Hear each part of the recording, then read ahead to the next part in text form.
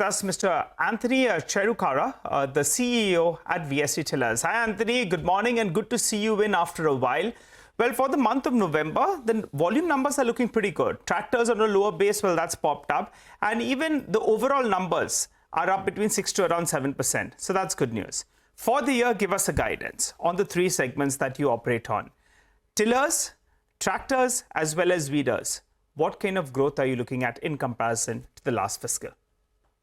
Yeah, good morning, Nigel, and great to be talking to you again. And H2 is good for agriculture. The rains has been good. We expect the demand to grow in H2 compared to the previous year. On our power tiller business, we are looking at about 10 to 15% growth. We are looking at tractors to grow between 15 to 20%. And for the power weeder business, we are kind of doubling the business. So it is accelerating. While all the three segments grow, we are also looking at the international market. Right. And in the international market, we are looking specifically at Europe. We have some new product launches that we have done. With that, despite the war and the logistics costs going up, we expect at least a 10% growth in the international market as well. All right, so let's bring all of this into what it does to your income statement. 10 to 15% growth in tillers in the second half, 15 to 20% in tractors, doubling power weeder, 10% growth in exports. You're talking about Europe. I remember you talking about the US at some point as well, so we'll talk about that too. First half of this year, revenues at around 500 crores. What are you targeting for the entire year? Because you still have that aspirational target of 2,000 crores for FY26. That's still on the cards, right? That is definitely on the cards. I'm looking at 20% plus kind of growth for this financial year. And I think the way things are panning out in H2, I think it is very much doable. And the visibility for the next year is still maintained at 2,000 crores. Okay. Coming to talk about the US market, we have announced the launch and we have registered the companies. And we would be launching the products in the US market Q4 of next year. And how much is the potential revenue that you see from exports as a proportion of your overall sales in the next 2 to 3 years, Europe and US? Yeah, international business as a whole was about 3% 3 years back. Last year, we clocked about 12 to 13%. In the next 3 years, we expect the overall international business to be at about 25% of our revenue. Okay, all right. Just to confirm, Antony, for this fiscal, you're looking at a 20% growth, right? In comparison to last year, that is revenue growth. Yes.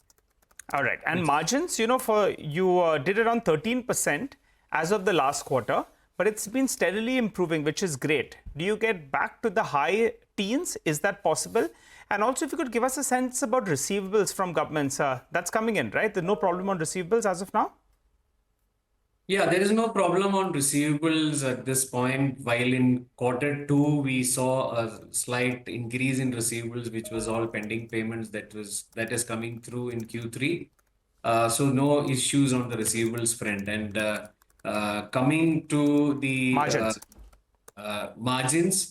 We had given a guidance of about 11 to 13%, and we continue to stick to that. This is considering the large revenue expenditure we are doing in terms of entering new markets, both in India, which is the northern markets with the higher horsepower tractors, and the US market with compact tractors and electric machines.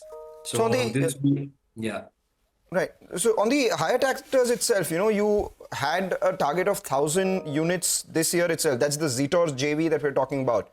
How much have you done so far, and what's the target here? We don't want to give out the numbers, but I can tell you that we will be very close, or we would be hitting the target this year. Okay. All right. Very quickly, Antony, before we let you go, the market cap has moved up and the stock has done quite well as well of late. But it seems the street is ascribing a good amount of the value to that land that you have, the 25 acres. What's the decision? We're going to speak to you after a while. The last time around, you told me, Nigel, we'll be taking a decision on that soon. What's the decision? Yeah, what I told you, Nigel, is at the appropriate time, we will take a decision. That is when we need the money for further growth. Right now, we have not taken a decision on that as yet, but we are looking at inorganic opportunities, and as it arises and when the need of money is required, we will be doing that. Well, What is the rough value for this 25 acres, if you have to put a number to it? I don't have a market value, but all of us know that real estate prices are increasing in cities like Bangalore, so it augurs well for the company. Typically, 1 acre, how much does it cost? Let's keep it simple. I'm not asking about your land in particular, but in Bangalore, give us a rough range.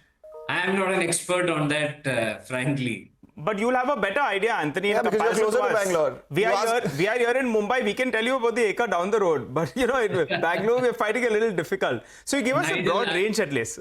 Right, Nigel, sincerely, I have no idea because I don't want to be terribly wrong with whatever I say. All right, let's do that. But finally, you said that you are looking at inorganic plans as well. You gave us a mild hint here.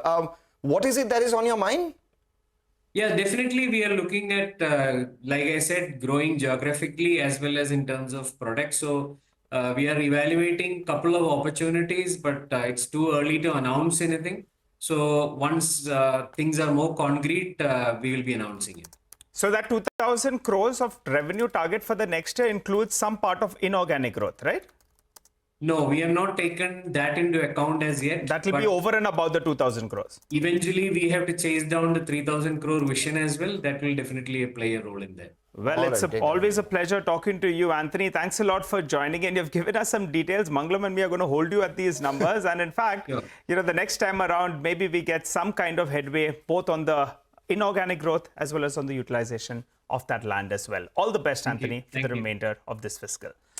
Well, for the time being, though, we'll have to wrap up on this edition of Chartbusters. You don't go anywhere. Trading Hour comes up next.